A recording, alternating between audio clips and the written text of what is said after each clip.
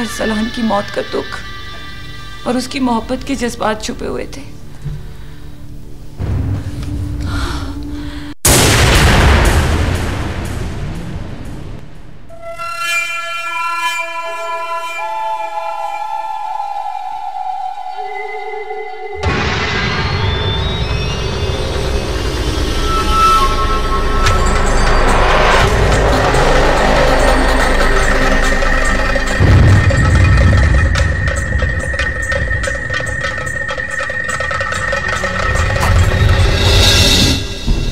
हाँ, तो मैं जाने से पहले कह रहा था कि एक खूबसूरत गुलाब जिसकी चाह दिल में हमेशा रही हो और वो इंसान को एक दिन अचानक ही मिल जाए, उस खुशी का एहसास कितना गहरा होता है इसका अंदाजा शायद तुम नहीं लगा पाओगी।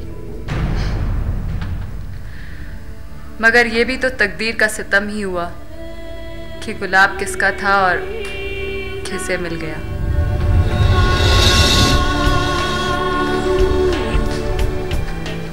क्या तुम्हें डर है कि थामने वाला हाथ इस गुलाब की हिफाजत नहीं कर पाएगा? बात हिफाजत की नहीं, इस हाथ की है जो जबरदस्ती इस गुलाब पर मुसल्लत हुआ है। गोया तुम हमारी शादी को जबरदस्ती का जोड़ कह रही हो? हाँ, शायद किसी हद तक। तेरे हिज्र में चुपचाप ना मर जाऊं कहीं, मैं हूं सकते में, कभी आकर रुला दे मुझे। शावेज मरकर भी नहीं मरा, वो जिंदा है, मेरे पास है, मेरे साथ है, मेरे ख्यालों में है, मेरी बातों में है, जिसे तुम्हारी कुर्बत चाहकर भी मुझसे अलग नहीं कर सकती।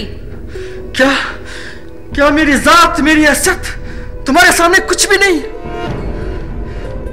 मजाजी खुदा के सामने इतनी जुर्रत अपने साहब शोर का नाम लेती है? आपके इस सवाल का मेरे पास कोई जवाब नहीं। लेकिन मेरे पास है मेरे पास तुम्हारे हर सवाल का जवाब, और वो ये कि तुम मुझे नापसंद करती हो तुम मुझे, और पछताओगी एक दिन, तुम पछताओगी। और कुछ तो मैं नहीं जानती, लेकिन इतना जरूर जान लीजिए, आप मेरे खानदान के मोहसिन सही, लेकिन ये जरूरी नहीं कि मोहसिन जिंदगी का साथी भी हो। मलाली!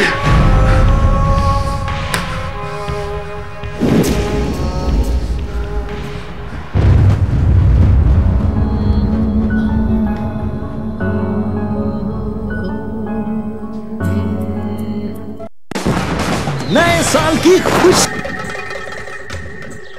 सरदार संदल खान, कसूरवार को तब तक बैठने की इजाजत नहीं जब तक वो अपनी सफाई से खुद को बेगुनाह साबित न कर दे।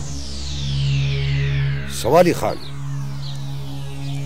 अदागुल और फरिश्ता सुलह के कतरे बनकर हम खून के प्यासे दो कबीलों पर गिरे थे, और तुम्हारी बेटी नगमा ने आग बनकर उन कतरों की ठंडक को ही निगल लिया। सौतन बन बैठी वो फरिश्ता पर। साफ साफ क्यों नहीं कह देते?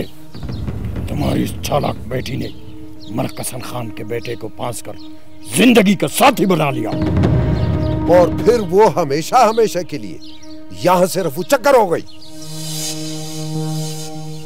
मलक हसन खान हकीकत को अंदाजों के गर्दालू दायने में परख कर अपनी खानी और मलकी का कद छोटा किए जा रहे हो तुम, और मलिक खालिक खान तुम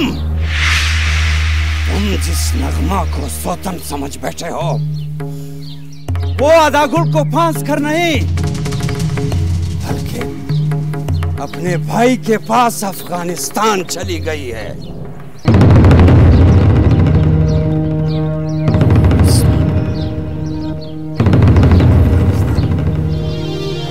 सवाली खान, इसका मतलब है कि नगमा तुम्हारी बेटी नहीं है, लेपालक है।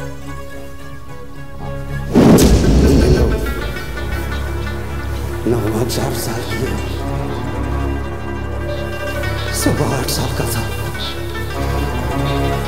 जब मेरी शादी तकदीर की रजा से कंधार की एक नेकबख्त से हुई।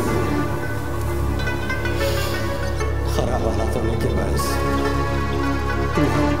पाकिस्तान चला आया। 3 साल के बाद नेकबख्त भी इस दुनिया से मुंह मोड़कर चली गई और उसके शहीद भाई के इन 2 बच्चों को मैंने पाल पोस कर बड़ा किया।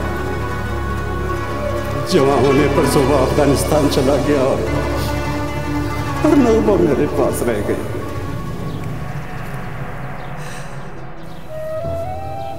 खामोशी से जवानी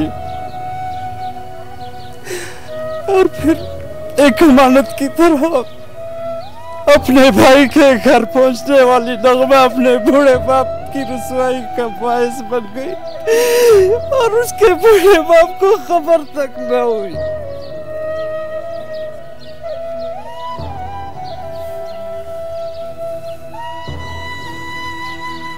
बेखबर हम थे सवाली खान। जज्बात में आकर हमने हकीकत को ठंडे दिल से समझने की कोशिश नहीं की। मैं तुमसे कसूरवार तुम नहीं हो मलिक साहब, कसूर मेरा अपना है। कसूर तुम्हारा नहीं है सरदार साहब, कसूर मेरा है। मैं कसूरवार हूं कि जिसने एक हाथ की नेकी की दूसरे हाथ को खबर तक नहीं होने दी।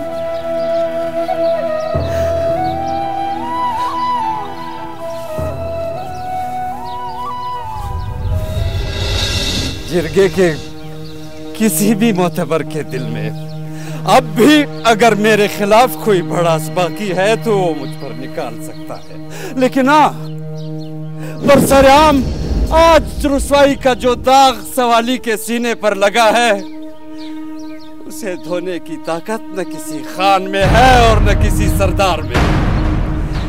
इसलिए इसे साफ करने के बहाने कोई सरदार, कोई मलिक, कोई खान सवाली के घर का दरवाजा खटखटाने ना आए।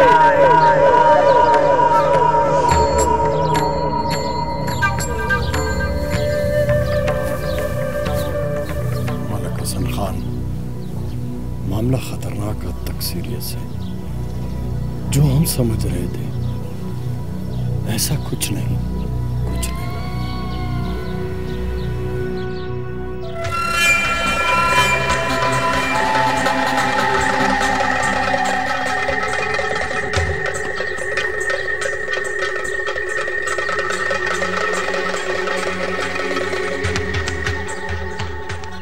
जुबान